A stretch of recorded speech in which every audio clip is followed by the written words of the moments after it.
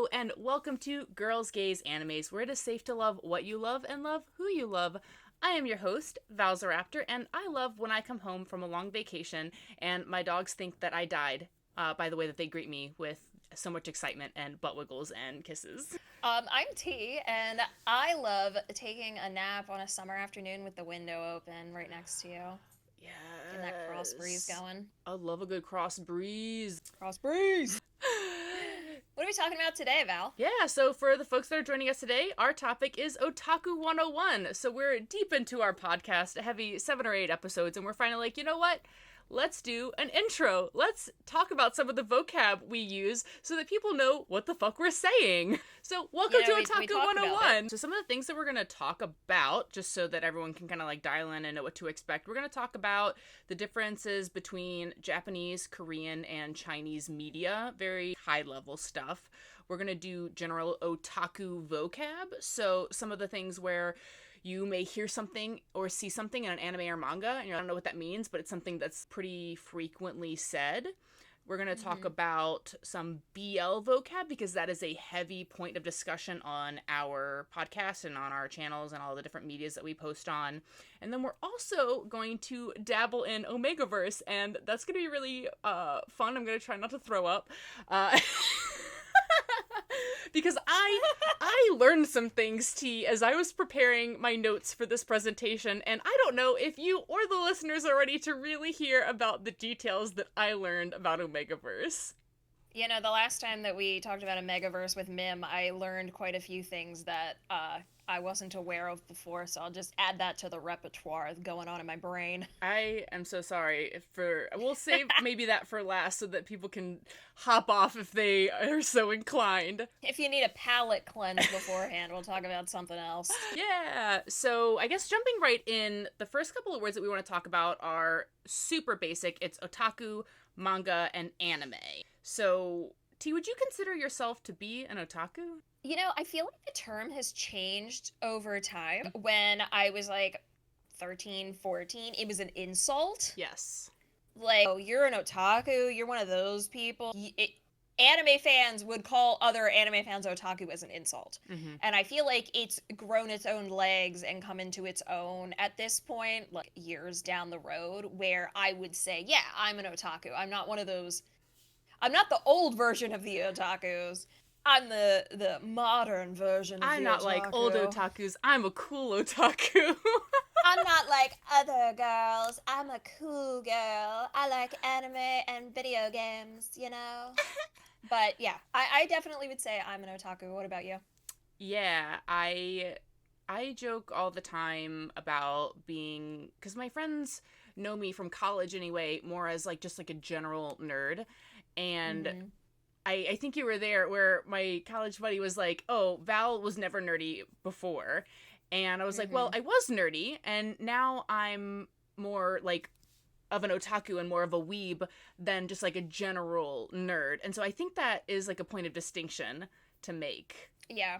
Where, you know, it's like a Venn diagram where there's some overlap, but they can also be their own bubble thing. Yeah, exactly. And when you brought up weeb just now, I feel like I remember back, like I said, when I was 14, whatever, otaku was a bad word. Yeah. Weeb was worse. Mm-hmm. Yeah. If somebody called you a weeb, you were worse than an otaku. You were trash. And now, like, people throw it around all the time and nobody cares that I'm aware of. I mean, in my circle of friends, I don't hear anybody getting mad if you call them a weeb.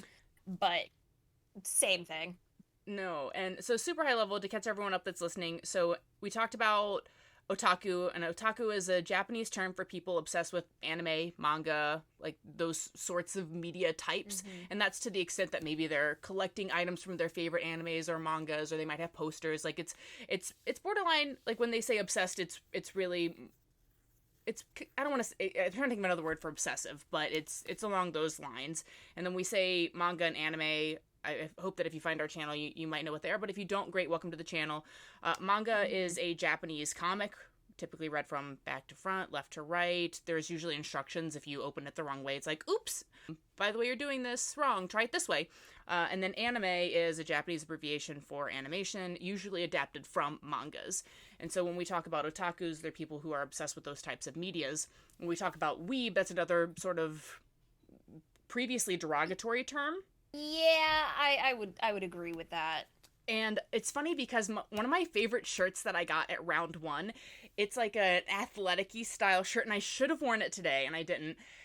It looks like a gym shirt, and you know, like the old style gym shirts where it says the school that you go to on it, and then it has like maybe a circle, and it's whatever. It says Weeb Dumpster School on it, and it is my favorite round 1 shirt that I've ever gotten. Oh my gosh, I love that.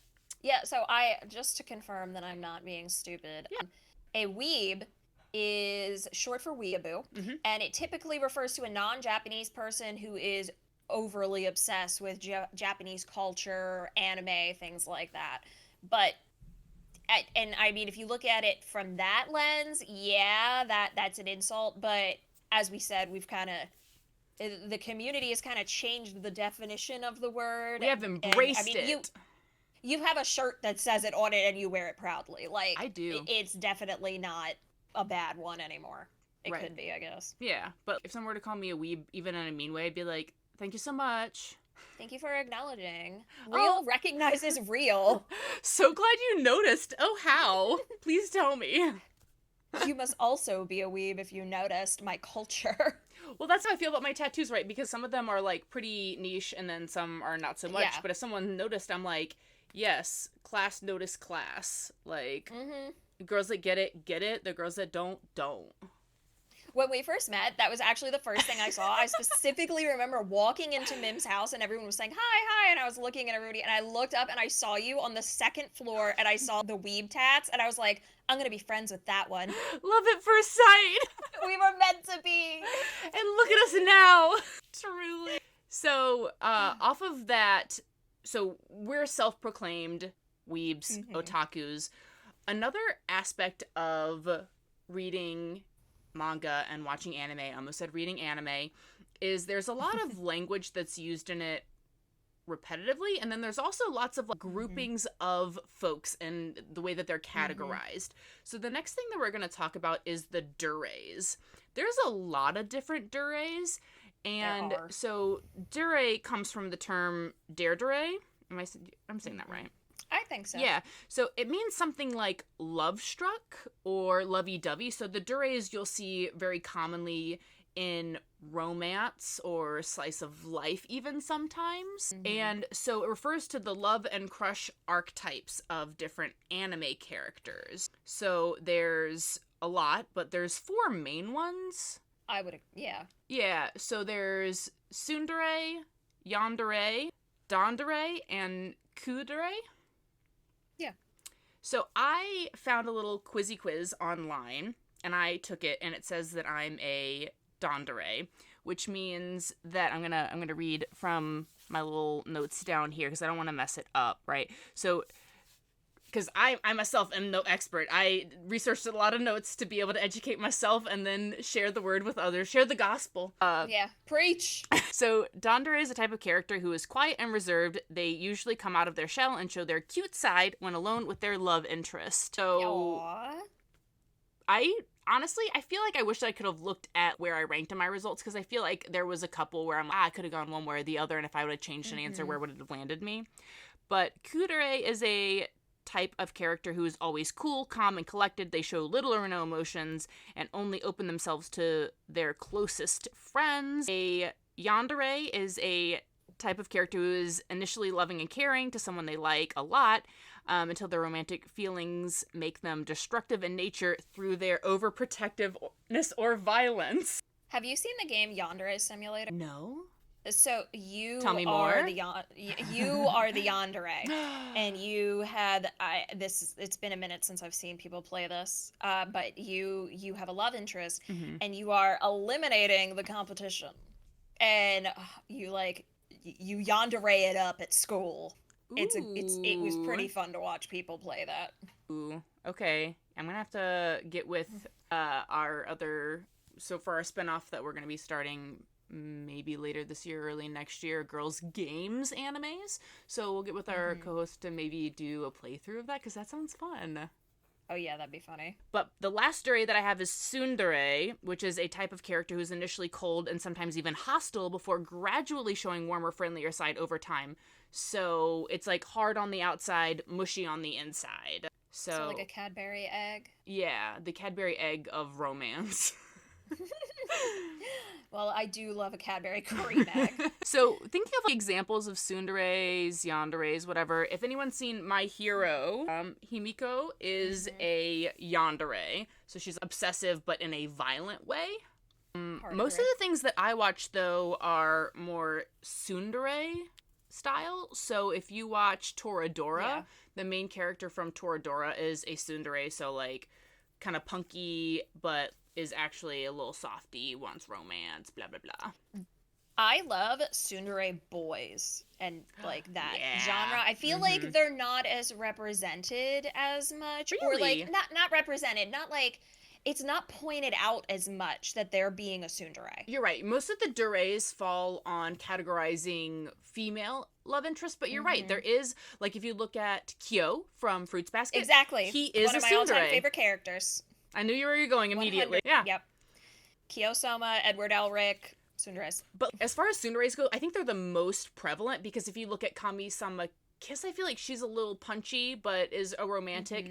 Maid-sama, big tsundere energy there.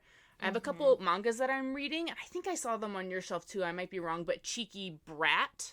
Oh, what? I saw that at the library. Okay. Yeah. That one is tsundere vibes. And then, I don't know. There's so many. There's too many to list, but the example one is perfect. Toradora. Yeah. Love Toradora.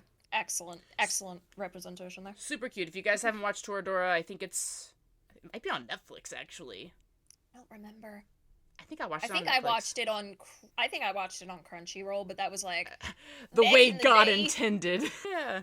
Okay. So where's this quiz? Because I put what I thought I was, and then you mentioned there was a quiz for me to take. So yes. I could doodly do that. We're doodly doing the quiz live. So what we're going to do is we're going to have Tia. I already did the quiz, and it said that I was a Dandere, which I feel like maybe my responses could have been up in the air, but I'm going to take it. It's fine. It just means that I'm a little quiet, but I like little forehead kisses and stuff. I'm going to have T take the quiz now. She's going to read us the questions and then read some of the answer options. It's like a multiple choice, and then we'll also include the link when we post the video wherever we post it to. So if anyone is interested in what type of dure they are, they can figure it out. So I'm going to have to, I don't know how to answer these because I'm trying to think, like, am I going from, like, who I was before I was married? Like, I'm looking at this as a crush, or am I looking at this as my spouse? I took it as, like, while you were dating. Okay. Yeah. Whew, we thrown it way back. All right, here we go. Question number 1. Yeah. I feel like I need, like, fancy music in the background. Your crush is sitting on a bench all alone. What do you do now? Ignorantly pass by? Why is everything ignorant? Dumb. Ignorantly sit near them, change my path and go away, or make fun of them. Which one are you picking? I'll tell you which one I think I picked. I don't remember. I was a little shy butterbean Mm-hmm. and did not know how to express my emotions. I don't feel like the ignorant ones are what I was going for. I think the change my path and go away. Okay. I picked make fun of. Which is why I was like very surprised when I got Dandere. I was like interesting because I feel like a lot of my answers would not have actually led me there, but I think it was one of those things where it was like, 5 versus 4 points, and I just fell into the other category. But okay, so What is this? you're taking another path away from your crush, and I'm mocking them relentlessly. That's weird. Okay. Sorry, it did something weird when I went to answer the question. Okay. All right, question number 2. Some random boy/girl is flirting with your crush. What is your reaction? How dare they? A. Make fun of the girl. B. Ignore both. C. Cry. Or D. Plan revenge. I think I picked cry. Yeah, that's honestly, I would. I would already like crying try about to it. ignore them, but just cry. Yeah, I would ignore them while crying. Yes. Crying would be the predominant reaction. Yes. So which of the following scenarios sounds like something you do with your crush? A. Mess with him/her. B. Leave them on red. C. Do his or her homework. D. Make them feel miserable. I wouldn't do any of those things. I put that I would do their homework.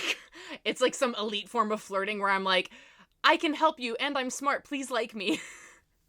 Yeah, like, I mean, see, my problem is I am married to the person I was dating at 16. Right. And we are both smart people. Mm-hmm. I would not do his homework. I frequently mess with husband, though. I will not lie about that. So, next. I said mess with. Yeah. That was my... Question I think number- I went with... I think I did pick do homework, but mess with was like a strong contender. Yeah. Okay, number 4 out of 20. Which one sounds like a cool plan for a date night with you and your lover? A. Dinner at a fancy place. B. Something adrenaline boosting. C. Chilling and Netflixing while hugging. Or D. A BDSM night? Oh my gosh. Okay, well, we frequently see chill and Netflix. We also go to, like, a dinner, like a nice dinner. And you That's, also like, do your BDSM nights, and then you also do... Yeah. Yeah, I mean, everybody's got to keep fresh, you know? But we're both very homebody people. Yeah. If I don't have to leave my house, I won't. And I will for, like, good food. Right. I'm usually in my house. I put adrenaline. My favorite... Sidetrack. My favorite part of the Disneyland experience that I got in Japan was riding the Space Rangers ride. The Buzz Lightyear one. Yeah. Because... Buzz Lightyear's like standing there doing his Buzz Lightyear thing, but it's in full-on Japanese. So then when we went back to Disney World here, we went on the same ride, and I was like, Buzz Lightyear doesn't speak English, he speaks Japanese! What the heck is this? So, another slight tangent. I saw a YouTuber who I follow online, and she lives in Japan, and she went to Tokyo Disney, and she went to the Baymax ride. And apparently, there's, like, this cult following of people that, like, do the little dance and sing the songs the whole time. It's so cute. They're so cute. I was waiting in line for a popcorn bucket, as one does in Disney Japan, because the popcorn buckets are elite there. And as I'm standing in line, I am just watching the Baymax ride, and I'm watching everyone dance, and I'm just like, fascinating. And I'm like trying to like, I want to be where the people are. Yes, that was me, but I was where the popcorn buckets were, and I got a really dope I got so many dope popcorn buckets while I was in Japan. We got this cool Beauty and the Beast one that actually like has a light that makes it look like there's like a carousel of spinning lights. And then when I went to Universal, I got a Gojo popcorn bucket. Oh, that's so cool. All right, anyway, back to the topic at hand. Yeah, question number 4. Complete the following sentence. When I see my crush, excuse me, I have to burp. When I see my crush, I burp. When I see my crush, I burp in his face. Uncontrollably. All right, A. When I see my crush, I turn my head. B. When I see my crush, I play with my phone. C. When I see my crush, I talk to my friends. Or D. When I see my crush, I stare at them. I don't know. I feel like... I think I put... I either stare at my phone or I stare at them, because I tried to think back. And in high school, I didn't have a phone. So there was no, like, staring at the phone. So I think I stared at them, and the kind of way where it's like you look at someone, and then when they look at you, like, look away and pretend you weren't looking at them. Yeah, so I would say that, but I would also, like, I would talk to my friends and be like, hey, girl, where is he? Do you see him? What's he doing? I'm going to go with talk to my friends. I'm going to go with that. Okay. Question number 6. Your love interest is always blank to/of you. Okay, this is going to make sense when I fill in the blank. Yes. Oh, okay. Your love interest is always A, cruel to you. Your love interest is always B, nice to you. Your love interest is always C, ignorant of you. Or D, your love interest is always scared of you. I put scared. I was going to say, back in the ye old days, definitely nice. Husband was very nice to me always, and still is. Romance. But I would like to state that he has grown afraid of me as time has gone on. As it should There's be. a fear factor. As it should be. So I'm going to go with nice. My Okay. husband is very nice to me. What would you do if your crush rejected you? Cry until I throw up. Is that an option? I think so. I think that's one I picked. A, flip them the bird. B, move on. It should be move on, as nothing has happened. C, cry alone. Or D, make them regret it. I'm crying, baby. I'm crying. She feels her emotions. When you said move on, I thought you were going to say move to another country. That's what I thought, because there's a typo, and instead of saying move on, it said move one. And I was like, oh, move one country over. Yeah, of course. That's the one. Yeah. Yeah. What makes you feel loved the most? A, receiving gifts. B, hearing nice things about me. C, being hugged and kissed. D, having full control over someone. I can tell which one are the yandere answers. Right. I mean, I like to get things. I like to hear nice things about me. But I'm very, like, I'm physical in the sense that I, like, when we go to sleep, all I have to do is put my hand on his back and I could go to sleep. Because I just need, like, some level of physical... Yes, absolutely agree. Touching. Mm-hmm. So I'm going with C. Me and my husband, we like to touch butts. We sleep butt to butt. Yeah. Which one sounds like a romantic gift idea? A, something expensive. B, something rare. C, something handmade. Or D, none. I honestly didn't want any of those things. So I'm going to say handmade because husband has made me some really, like, cool things. He's bought me cool things. But, so our song is Such Great Heights by the Postal Service, and he took a piece of wood and got the sound waves of the song and burned it into the wood. Aww, yeah, so I have that. I can't remember if I put none or rare, because in my mind I'm like, rare items could be, like, signed or autographed things that are, like, not easily purchased. Sort of stuff, because that's kind of stuff that I would get from my husband. We halfway done. Whoop, whoop. Would you blank your partner in your first anniversary? Yeah, I would. Okay. Would you kiss your partner in your first anniversary? Would you hug your partner in your first anniversary? Ew. Would you hold hands with your partner your first anniversary? That's where I draw the line. Or, yeah, how can you hold hands before marriage? Get with it, people. Or D, would you pull a prank on your partner in your first anniversary? So the way it's worded, would you blank your partner in your first anniversary? Like, is that within the year or is that, like, the day of? Would you not hold their hand and hug them within the first year or at the first year mark? Is it going to change your answer to right? No, but I was confused. I'll put kiss, I guess, because, I mean... If you've held hands, you've probably hugged and you've probably kissed, so I'm going to advance all the way to kiss. Wow. I know, right? How could I? Wow. Tia the Homewrecker is also kissing in the first year. Wow. I know, what's wrong with me? Yeah. What is a huge turnoff for you? Crybabies, lovey-dovey stuff, disrespect and cruelty, or cowardness? Disrespect and cruelty. I am a sensitive baby and I cry very easily. I also put disrespect. Yep. We got 6 left. What kind of person would you never date? A, someone who is ignorant. B, someone who is selfish. C, someone who is unkind and mean. Or D, someone who is polite. I'm going to be honest, I put selfish here because people can be, like, in my mind, mean. You can be playful. You can't be... Yeah. When I hear selfish, I'm like, no, that's who they are. Yeah, that's what I'm thinking. I'm going to put selfish. Yeah. Choose a word that describes you better. A, a queen. B, a king. C, a cutie. D, a god. I'm cutie. I think I put queen. That fits. I wanted to put cutie, but then I was like, I am a Leo. I am at least a queen. That's fair. Have you ever confessed your feelings to someone? Yes. I would not be married otherwise. The other options were A, no. B, kind of. C, yes. Or D, never. Never. What would you do if your crush texted you a flirting message? A, block that. B, ignore the text. C, call my friends and ask for help. Or D, humiliate them. I'm calling my friends because... I'm calling the police. I'm just kidding. 911, what's your emergency? He said dirty words to me. Help, I don't know what to respond with. Say it back. Ma'am, did you call the right line? I'm saying call my friends because back in the ye olde days, I'm going to even say it now, I probably don't flirt right. I need directions. Sometimes you have to seek advice from the council. Yeah. Yeah. Would you ever want to marry your lover? Yes. Already did that. No, we only hold Check. hands. We only hold hands. And number 20.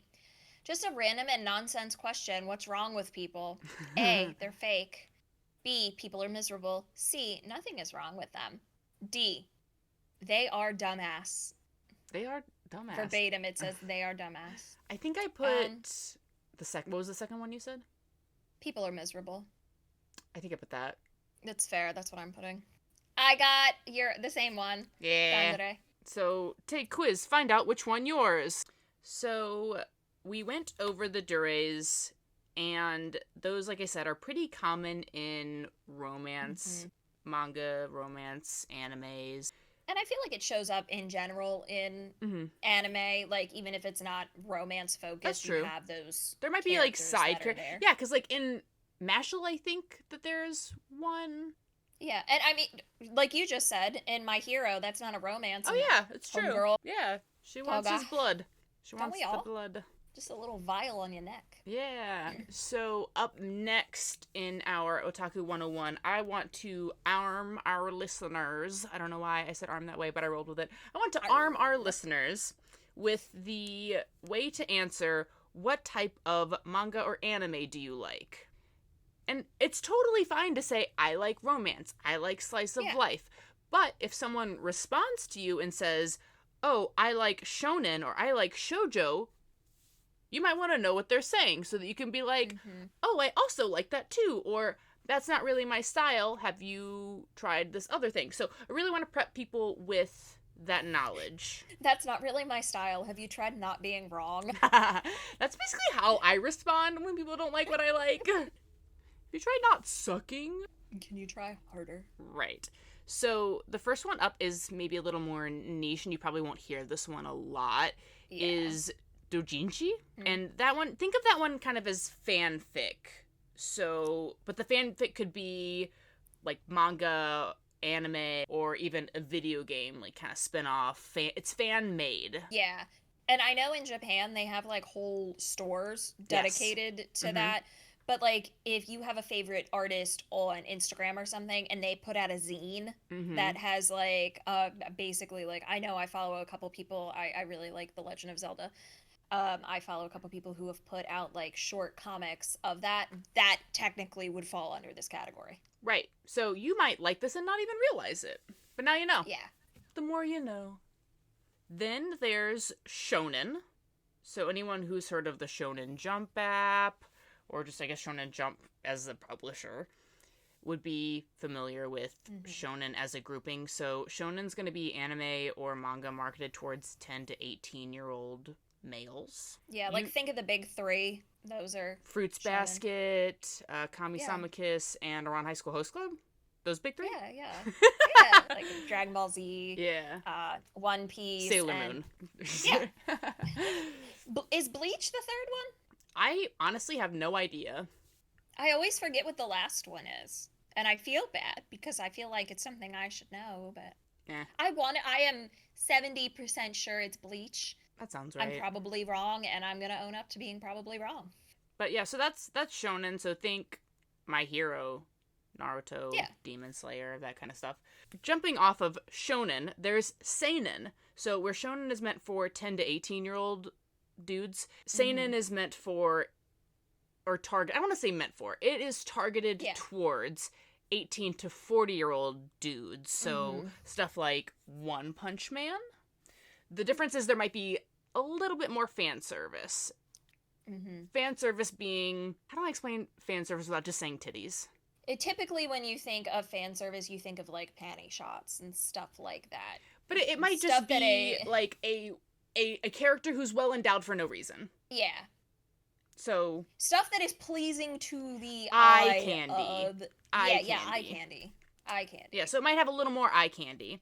So that kind of covers the dudes. So then there's shoujo and josei. So shoujo's literally girl in Japanese. Typically, it's the female or girl equivalent of shonen, so meant for teenage girls. This is kind of what we're talking about. I know I joked earlier about the big three, including Sailor Moon, but Sailor Moon would be a shoujo. So with Kami-sama Kiss, we kind of talked about that one a little bit earlier. It's usually going to have a female lead, and there is usually, not always, like some sort of supernatural aspect to it. Yeah, doesn't so like have magical to. girl kind of things. And like you said, doesn't have to, but that tends to fit into that category. And then josei is the seinen equivalent, where it's, younger women, so 18 to 40 is kind of the range that's stated as the target. May turn graphic, so we're going to talk about some BL and some other stuff later. Those may get a little more graphic. Like we talked about eye candy, something kind of along those lines. But I was reading that technically Princess Jellyfish and High School Life of a Fudanshi are technically josei. So, okay. I love Princess Jellyfish. I love High School Life of a Fudanshi, so. There we go. We're covering the bases for everyone. Yeah, there we go. So speaking of Fudanshi, I'm going to skip ahead. So when we talk about the manga High School Life of a Fudanshi, what does that mean? There's two types of media. There's that are LGBTQ prevalent, I would say, that have their own category name. I would say that there's only two. These are just the two that have specific names that are used pretty frequently. Prevalent, Right. So there's yaoi and yuri. So yaoi's going to be BL, aka boy love, aka MLM, aka men loving men. And then multi-level marketing scheme. I'm really into MLM. Girl boss. I'm going to open up my own origami owl and what was that? The leggings. Lululemon or LuLaRoe. LuLaRoe, that's it. Yeah. That was a time.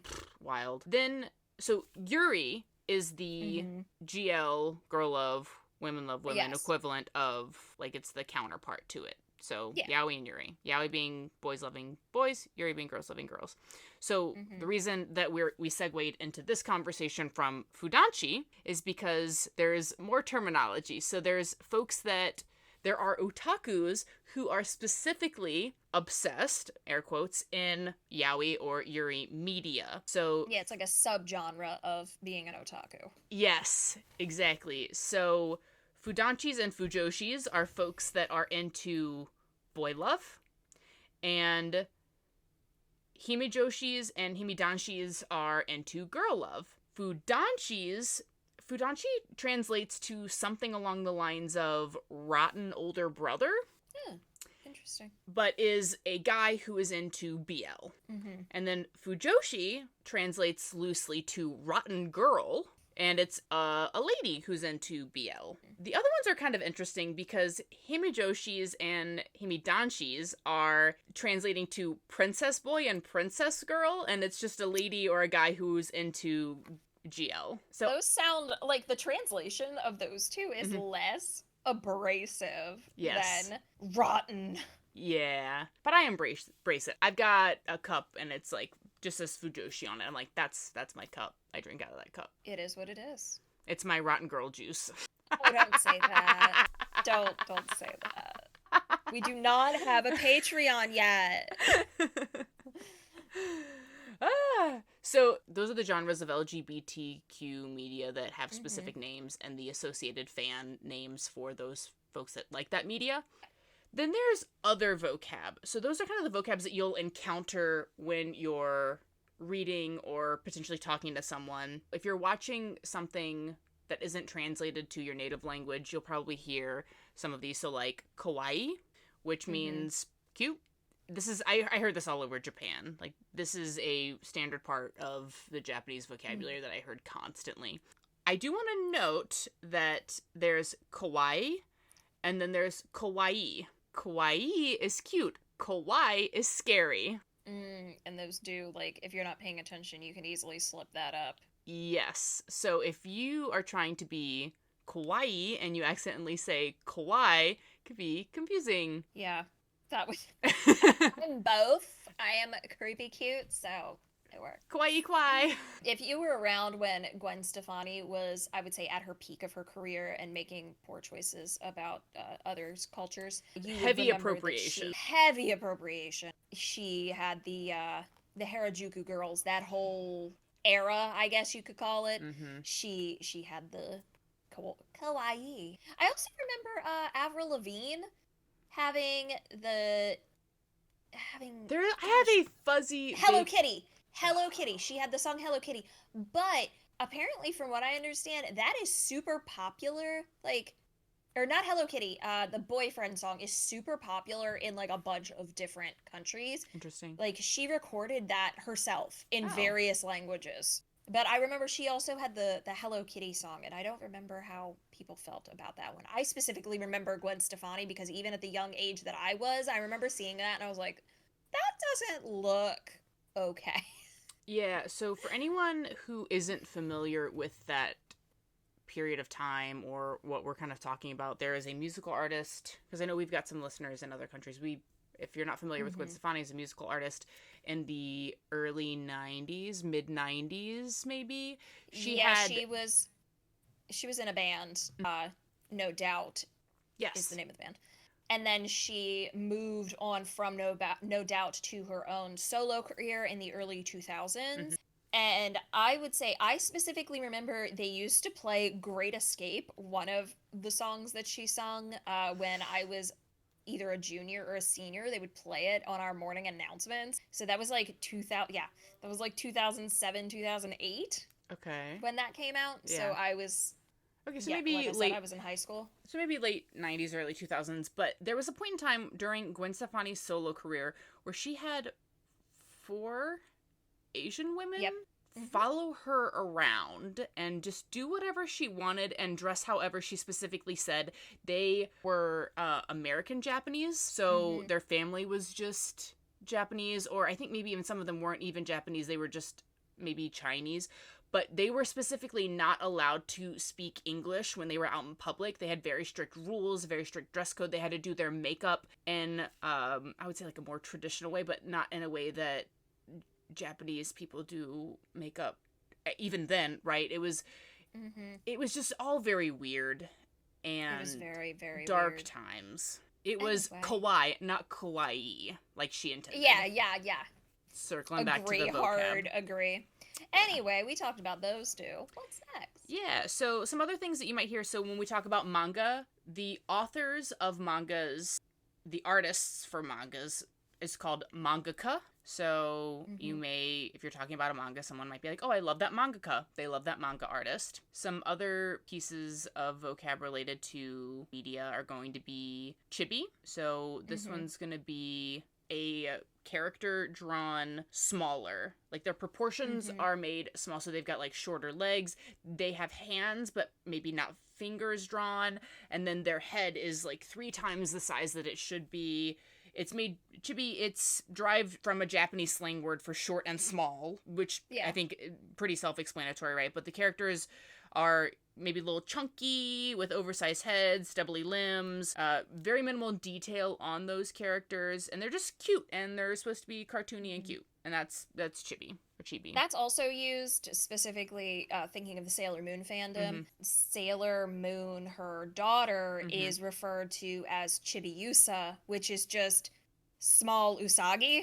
Yeah. And then later on in the series, there is Chibi, who shows up, and she is small. That's literal translation for you, right? And she is quite small. The other two, deviating from cute, are a little on the less cute side. The other 2 words that I wanted to cover were ecchi and hentai. Those two... They're necessary to cover. They are, and they go together. They're partners in crime. Yeah. So ecchi would be something that could be described as pornographic, right? So it could be used to describe an anime or a manga with sexual themes and lots of fan service. So we talked about fan service earlier as eye candy sort of thing, but lots of fan service. If we're talking about in terms of bases, they don't really go to third base in ecchi. You don't see it. Yeah. But like you said, a lot of fan service, a lot of heavily implied things, whereas with hentai, the next one, that's where they go to home plate. Yeah, so ecchi, there might be some naked scenes and some heavy implications that stuff is happening, like noises under the sheets, where hentai is very explicit and literal pornography. Yeah. There's a difference there. So if someone's like, oh, you like hentai, when you think of hentai, it could just be like a normal relationship between folks, but it could also be like tentacle porn or stuff that gets to be a little more. I wanted to say ecchi because I feel like that's a word that where you can usually describe, like, it can be used multiple ways, right? That's ecchi and hentai. Now you know, if you didn't. Now you know. Along the lines of something being ecchi and or hentai, but not necessarily having to be, you may find in BLs, GLs, the concept of the Omegaverse. Are you going to be able to put this graphic on YouTube? Are you going to have to blur that? I have graphics, folks, at home for my own knowledge and well-being and ease of explaining, but I cannot share with the class. These are just my own notes. I will not be posting these. I'm so sorry. T, I'm gonna what do you know about the Omegaverse? We'll start there. I have a limited, I would say like an elementary level understanding of Omegaverse. It is something that it's been around my spheres that I exist in, and after talking to Mim, I understood it better. Yeah. But it's not something that I would say I got a PhD in. Right. Okay, so we're gonna take maybe your elementary education up to maybe a middle school or high school level. I feel like I love learning. I feel like I personally have a PhD now, and it is not something that I wanted. Omegaverse. To be fair, there is a new anime that came out that I've been meaning to watch, and it's set in Omegaverse. Yes, but it's super... So, it seems really wholesome. It is. It is a wholesome Omegaverse. Those are hard to find. It is on my list. I plan on watching it. I'm very excited about it. I can't think of the name of it off the top of my head, but it's got, like, two guys who are married, and they have a little, like, toddler that is theirs, and it's just, like, their daily life together. It seems really cute. Yeah, I'm excited to watch it. But, so that may be some spoilers here on as we jump into Omegaverse, but as you mentioned, the two guys, they have a son together. So in Omegaverse, it kind of scrambles up the genders. And scramble is a joke that you're going to get later because it kind of references eggs, and it does affect where ovaries are located. So that was a niche joke that only I got. That was for me. So in the Omegaverse, it's primarily BL, but not limited.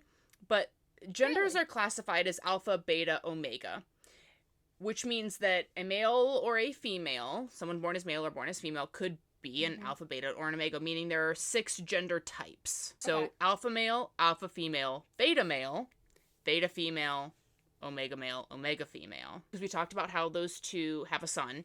In the Omegaverse, alpha males, alpha females, and beta males are ones that can impregnate. They have the ability to create sperm and transfer that sperm to willing parties. Beta females, omega males, and omega females are all able to give birth. Okay. So when we look at the anatomy of an alpha female, they have testes basically where their ovaries would be, and the reproductive system functions similar to that of birds and large reptiles. Think cloaca. Okay, so alpha females only would have a testicle-like system. Without getting into too much detail, there's a retractable clitoris.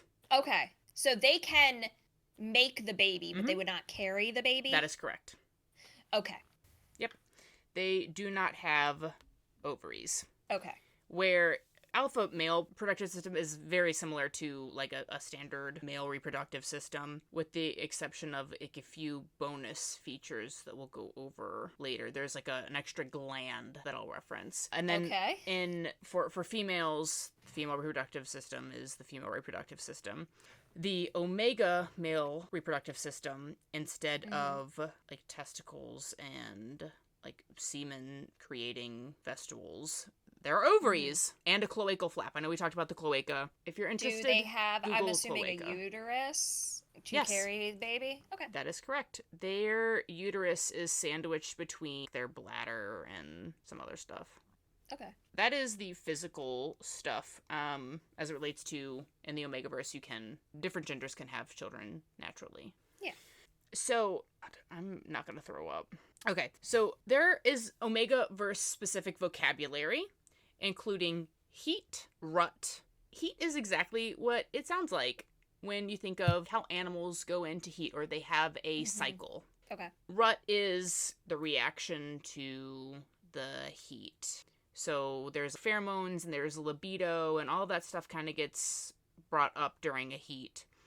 But what the heat does for the omega is especially important for male omegas because it allows them to have intercourse without any preparation. Oh, okay. Mm-hmm. They're just ready to go. Yeah, so a lubricant is secreted, and they are HOTTOGO.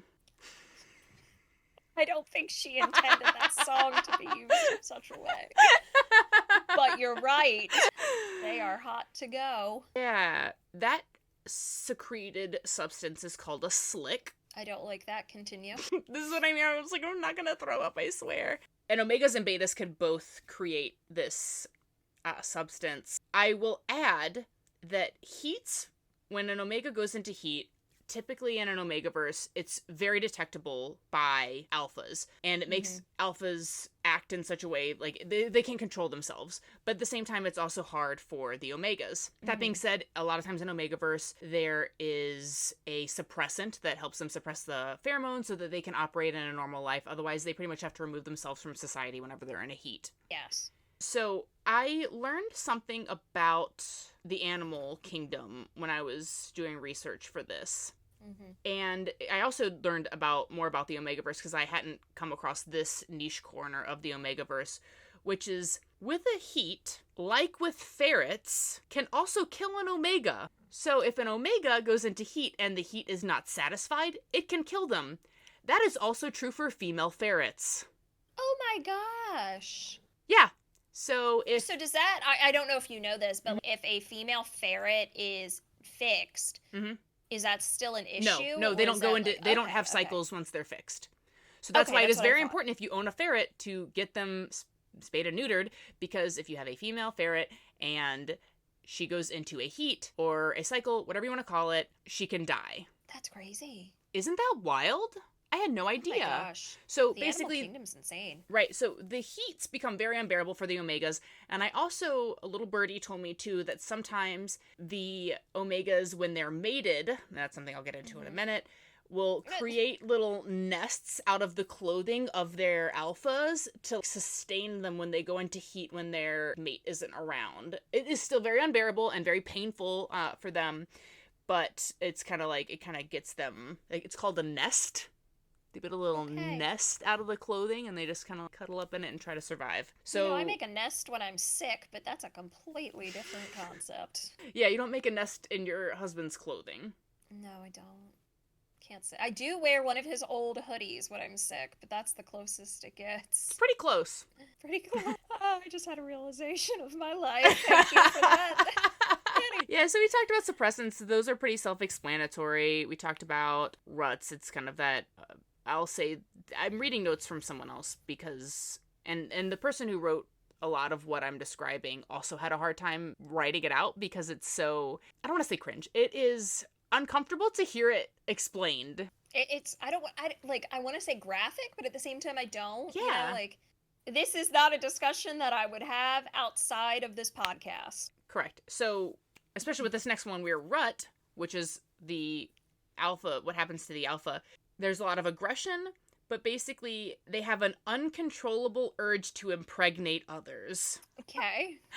But I'll say, whenever I've seen this portrayed in Omegaverse media, I don't see it as an uncontrollable urge to impregnate. I see it as an uncontrollable urge to, we'll say, be intimate, and then also potentially to claim someone as their mate. Yeah. So, in the next piece that I'm going to get into is the mating and the bonds, right? So, mating is exactly what it sounds like, but in the Omegaverse, it's slightly more than that. A mate is what you'd call a spouse or a fiancé, and finding a mate is finding someone who wishes to create a bond, and it is an unbreakable bond. So, once you decide to have someone as your mate or to be bonded with someone, that's it. So if one of the couple dies, does the other die? So is that typical of the scenario? So I've not seen this, but from my understanding, great question, by the way, of this media and of ferret anatomy and stuff is, so back to ferrets. If the Omegaverse works how the ferretverse works, if the Omega is mated to an alpha and the alpha is not near and the Omega goes into heat, they'll die. I think that in ferret world, if they don't find another mate, they die. If in the Omegaverse, I don't know if the bond is broken when the alpha dies, but I imagine in some Omegaverses it could not break, meaning that if that alpha dies, then the Omega will die shortly after, because once you're mated, your heat cannot be satisfied by anyone other than your mate. Oh, okay. Mm-hmm. Wow, that would suck. Yeah, you probably would die. That's what I mean. So I would hope that the bond would be broken. However, I don't know. I guess it depends on the author. Yeah, so maybe I only have a master's in Omegaverse and not a PhD like I thought. It's okay. You're working on it. I am. I'm working hard. So, yeah, the mating bonds, it varies between Omegaverse, like how the bond happens. A lot of times, though, it's typically biting in the neck area. Sometimes that's where some pheromones will come from, or there's a sac there that when you bite it, the blood comes out. It's like a whole, there's like the physical aspect of being mated. It's not just an emotional, like, yes, we are agreeing to be mates. So. Did not know that. Mm-hmm. I'm definitely getting a middle school education here. You can actually accidentally bond with someone during a heat. Oh. Yeah, so if you're like, have an intimate time, Alpha Omega, Omega's in heat, Alpha does a little chompy chomp, it's too chompy. Oops, mated. Oh no. Yeah. I bet that gets messy.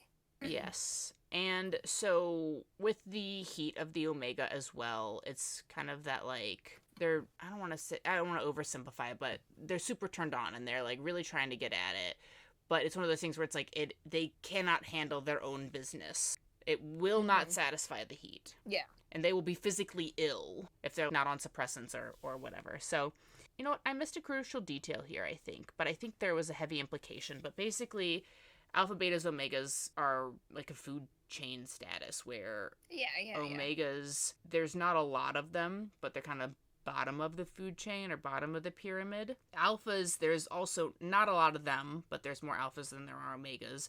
But they're top of the food chain. So they're usually physically larger, stronger. They're often in Omegaverse people who run companies. Some companies won't even hire omegas to work in them because of the whole pheromone situation. And then there's betas, which is most of the population. Just standard folks.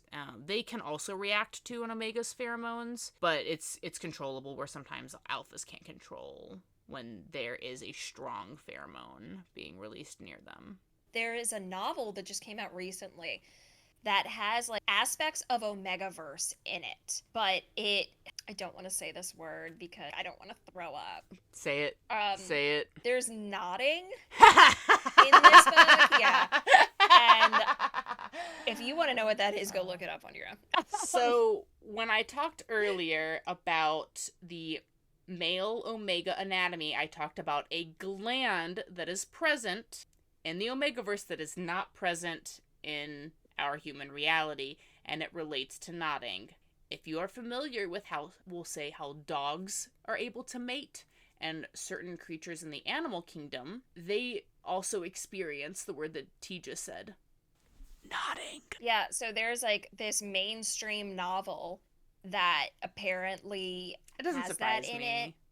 I know, I just tried to look it up, but like when I typed in mainstream Omegaverse novel, I got like what you would expect. Not that specific book, but it was like recommendations for Omegaverse novels, and I was like, no, I know what this book looks like, and it's not that.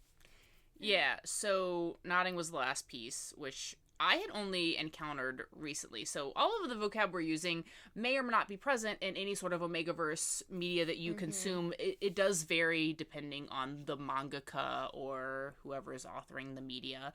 But nodding, basically, when a mommy and a daddy, or an omega and an alpha, love each other very much, and they want to have a baby, they do lots of smooching, and they get intimate, and then they get stuck like that for a little while. They tie a sailor knot, and they get on their boat, and that's... Yep.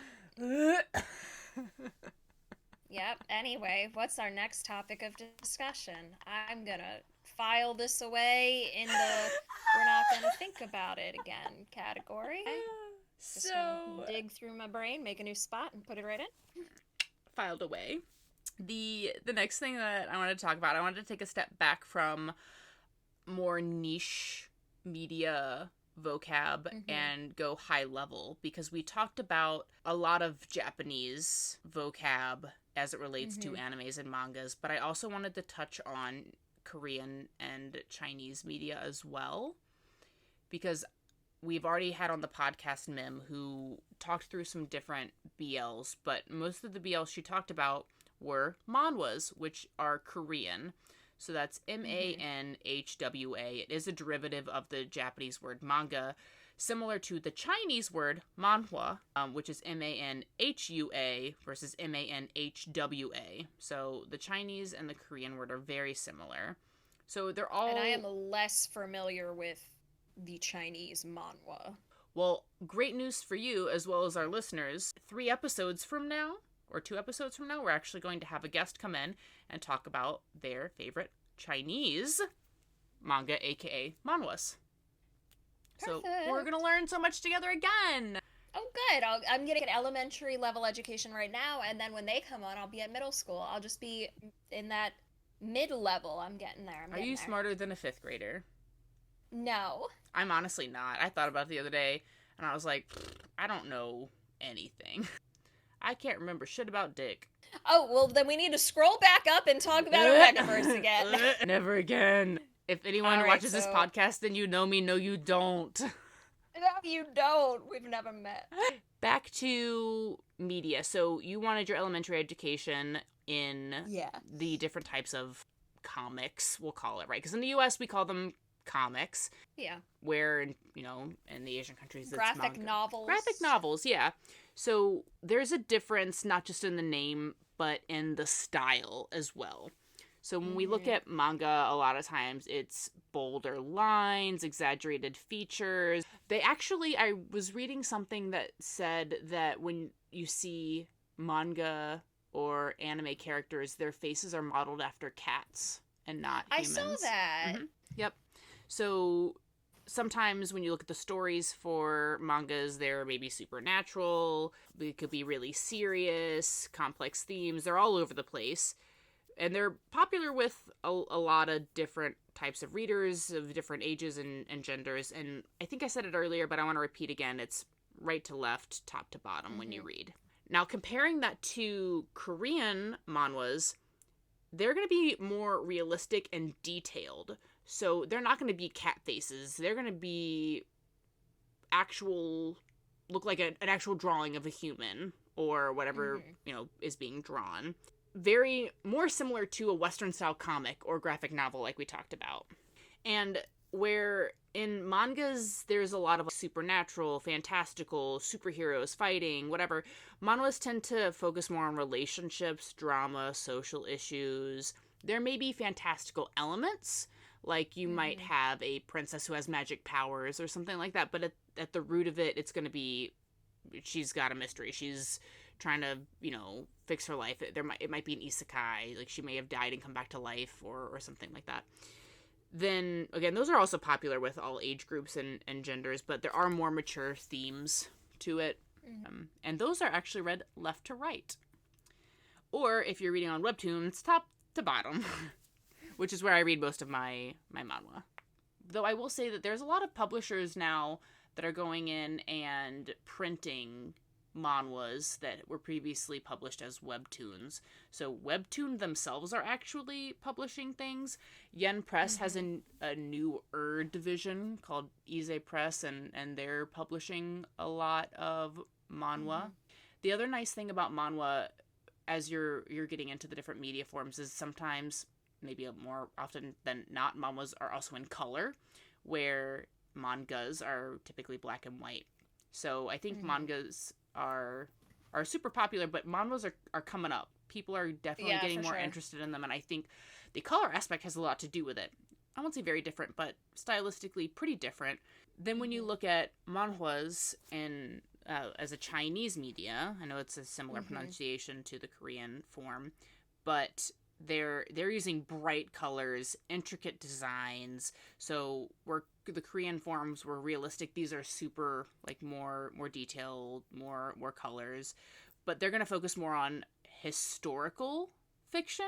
There's gonna be a lot of martial arts. There's gonna be more romance, comedy, drama. But I've seen a lot of the Chinese media focused around a plot line in a specific time in history, and those are popular with all ages and genders in China. And then they're actually growing in popularity too in other parts of the world. And like I said, we're gonna have someone come on and talk through some of that stuff in a few episodes, and I'm really excited about it because I've been meaning to broaden my own world, and I've like I said, I've started reading more manhwas, but I definitely want to get into the Chinese media as well. And those are read right to left, top to bottom, same as mangas. Okay. That's easy. So super high level. So those are all the different media forms. I want to also arm our listeners with some more typical question response style information. So we talked about what type of anime do you like? What type of manga do you like? And you can answer those questions now. The next question you're going to get is dub or sub. The age-old question. Tia? So I tend to gravitate towards subs, but I have exceptions that I will listen to specifically for the dub. Mostly because that was like Fruits Basket and Full Metal Alchemist. Those two I will listen to the dub because that's what I listened to growing up, and I know those voices, I know those characters. If it's something that like I want to be doing something else at the same time, I'll put a dub on. Yeah. But I definitely tend to gravitate towards the sub. And I'm not one of those people who's like, you have to listen to the sub. It's the right way. Like, whatever works for you, works for you. Love what you love. Dub what you dub. Love what you love. And no, we're not going to say what I was about to. We're going to put pump them brakes. Choo-choo. Yeah. I set you up. You almost took the bait. It's fine. So I know. My brain, the car won't turn over now. But yeah. I'm not going to make fun of you for whatever you watch, because I watch both. Yeah, so when we say dub or sub, we mean, is it with subtitles, or is it re-recorded in your native language as opposed to the original recorded language for the media? So the way that I remember what means what, because like my brain just sometimes it's going too fast. If I say subtitle in my head, that makes sense. Dub title doesn't make sense. So when we talk about dub or sub, basically we said that sub means that it's still in Japanese, but we're watching it with subtitles.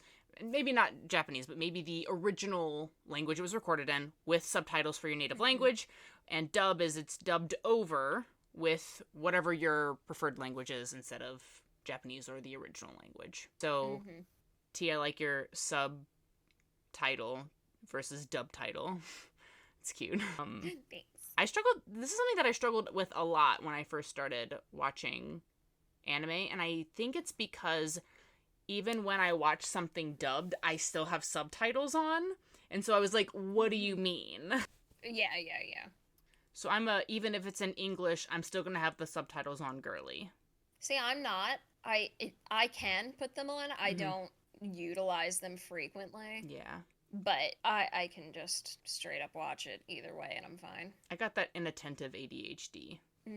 If I'm not having to read while also listening, I'm not going to pay attention as easily. And if it is in English, but my subtitles aren't on, so like if I'm watching something even in English, it doesn't even have to be a dub. It can just be originally recorded in English. I'm watching it in English. I'm still going to have the subtitles on because I can't hear without my subtitles. If I'm watching something in English, my native language, and I'm playing on my phone, I'm fine. I can still process what's happening on the TV. I might miss a visual thing, but I can auditory process what's happening. Oh, brag. Yeah. Humble brag. That's sub or dub. So, love what you love, dub what you dub. And we're going to end it there. Anyway, we have lots of other words that, not a lot, we got a couple other words that you might run into in your manga, manhwa, anime. Is there a term for Korean anime that isn't anime? Probably. We'll find out next time on Dragon Ball Z. Anyway, Tune in next time. Here are some other words that you might run into, such as senpai.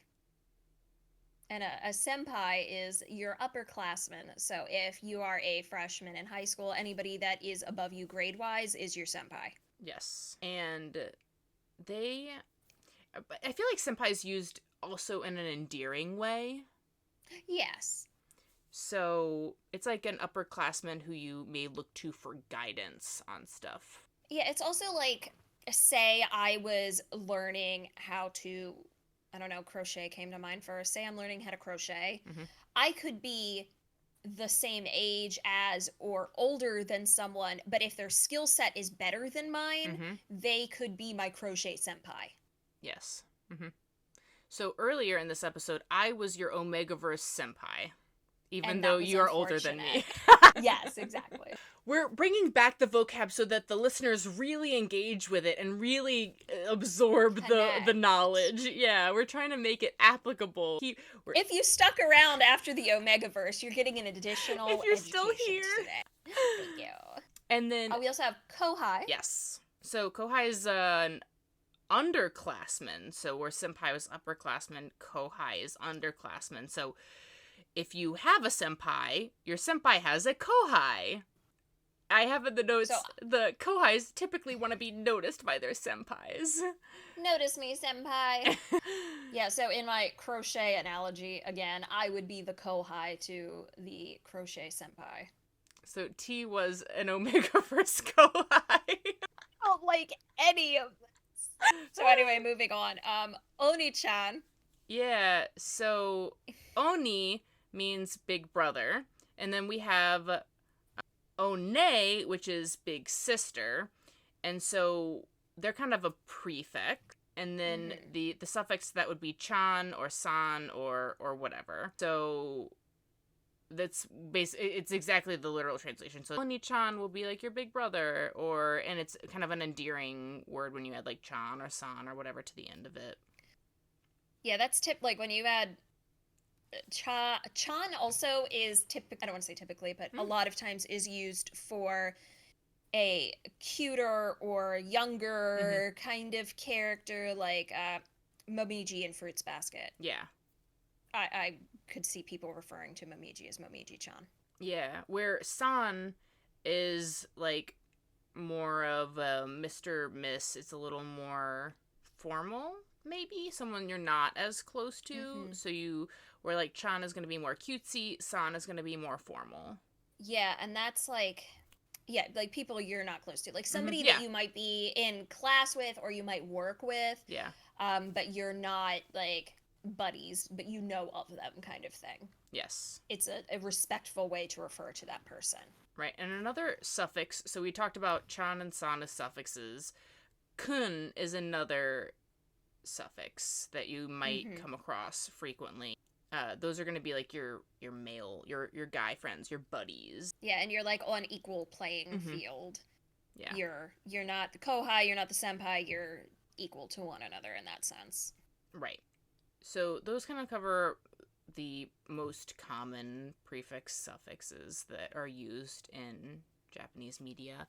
Along the lines of senpai and Kohai, there's also sensei, which is going to be like your literal teacher or professor. Yeah. Someone whose like job essentially is to like be teaching you something. And then we have something that's a little outside of the typical sphere of those vocabulary words. It falls within the structure of our complete discussion tonight, but this isn't like you're going to open every manga and you're going to see this word. This is actually a slang word that you might already be familiar with, a simp. Yes, so if you've watched our other episodes, we probably throw this word around quite frequently, but it can be used as, I use it interchangeably for like, I'm simping for this character, or that character is my simp, and that's probably incorrect, but I don't care. So when we talk about doing a simp roast, like a roast of someone's simps, so characters that you simp for, characters that you like way too much, you're very passionate about, and simp, like you said, it's slang, and it's slang for maybe, I want to say sympathy, like sympathize, you have like a lot of feelings for. So it's a very derived word, and it is slang, but we use it pretty frequently. So like you said, you won't see it much written in media, but it is in the otaku community used quite frequently. Good job using our vocabulary in a sentence. Thank you so much. Notice me, senpai. Gold star, double stars. Yeah, and like with a simp, it could be somebody that you are attracted to in some way, but it could also be someone that you think is like super cool and you kind of want to emulate in a way. Yeah. I feel like. Yeah, I would agree with that. So I'll add, there's a vocabulary word I didn't include in here that I also want to include, and it piggybacks off of the word simp, and it is ship. Oh, yeah, that we should have included that. Why didn't we? The ship has sailed. Ship is like a relationship. It's slang for relationship. It's when you want people to be together. You want them to be in a relationship. You ship them. So in one of our episodes, we talked about our simps, but how we felt guilty simping for them because we shipped them with other characters. And a lot of times... Go ahead. Oh, I was going to say there's canon ships. Yes. Where you, like, Kyo and Toru, canon. That happens for real in Fruits Basket. There are also fan ships where people would put Yuki and Toru together. And when someone says a ship has sailed, I feel like that has a double meaning sometimes too. Like that means that the relationship was successful and it happened. Or it can mean like, oh, that ship sailed. Yeah. It didn't go through. Right.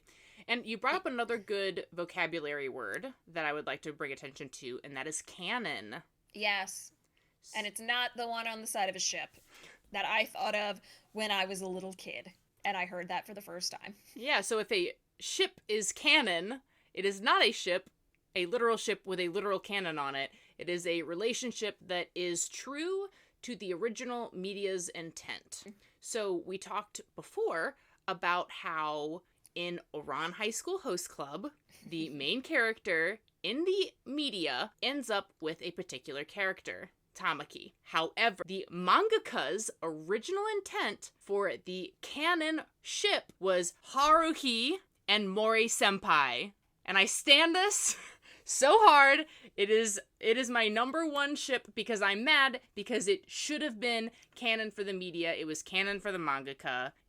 I'm mad about it. So that was a lot of vocabulary words that I just threw out. Yeah, you know, I it's one of those things where we talk about this frequently and we use it frequently, but now that we're sitting here and we're discussing these words, I was like, it was like a vocabulary word in my brain. I was like, oh, she said that one, she said that one, she said that one, she said that one. You get 5 gold stars, girl. Yay! So hopefully after our intense vocabulary lesson, you were able to understand the last few sentences that I said about Ouran High School Host Club, and if you did, amazing job, 5 stars for you too. Yeah, and time to give you guys homework. If you are ready to give it a shot, look up a new anime, look up a new manga. You can rent them from your local library. We simp the local library here on this podcast. And pick out a new book. You might see some of the vocabulary in there. You might pick it up while you're watching an anime. You could now probably have a better discussion with another otaku and be able to elaborate your conversations better. And actually, if you are not sure where to start your journey, or maybe you're early on in your journey, or even later on in your journey, we actually have partnered with another podcast called Over Manga Cast. And I'll play their promo, but what they do is they read chapters of mangas, and then on their podcast they talk about them. But they talk about a huge myriad, a huge range of different types of mangas. And they say in their podcast what specific chapters they're going to talk about. And they talk about some things that we've talked about. They've read The Summer Hikaru Died. They go over My Hero. So if there is media that you're already consuming, you can listen in and hear their thoughts on it. Or if you're not sure about a particular media, you can listen to them talk about it and then decide if it's the type of media that you want to consume too. Go ahead and give their podcast a listen. I was drop in the comments if you learned anything new today. It could be a new term that you picked up. It could be about a new form of media that you weren't aware of, like the Chinese manhwa. It could be about Omegaverse. Please don't let it be about Omegaverse. Please do not comment. Hey, love what you love. That's what we say on our channel. Love what you love, dub what you dub. And don't say the other one. This has been Girls, Gays, and Animes, and we love you regardless of what you love. Thank you, and good night. We out. Do you like your manga discussion with analysis? That's why it's really important that it's not just coincidence that Bomb is following her. Rachel wants Bomb to stay obsessed with her. Details. Her name is a phonetic spelling of Coca-Cola. We need an over manga cast counter for the number of times I point out numbers don't make sense in the manga. Context. We're not able to see it completely objectively because we have a slant on it. We are more familiar with the Western gods, heroes. And a bit of simping. She has this, like, schoolgirl crush blush while she's trailing her finger along the blade of the steak knife. My kind of woman. I was watching Bishi guys literally overanalyze and fight each other. It was great. Then try the Over Manga Cast. Every week, Jay, Matt, Jake, and Sam, that's me, dive in to discuss an arc in a different manga, or manhwa, or webcomic. I don't even know what this podcast is anymore. That time we woke up in a podcast and had to explain manga. Our heated adventures over-analyzing manga that we find interesting. Also called the Over Manga Cast. New episode every Thursday on your favorite podcasting platforms, on Facebook and Twitter as @OverMangaCast.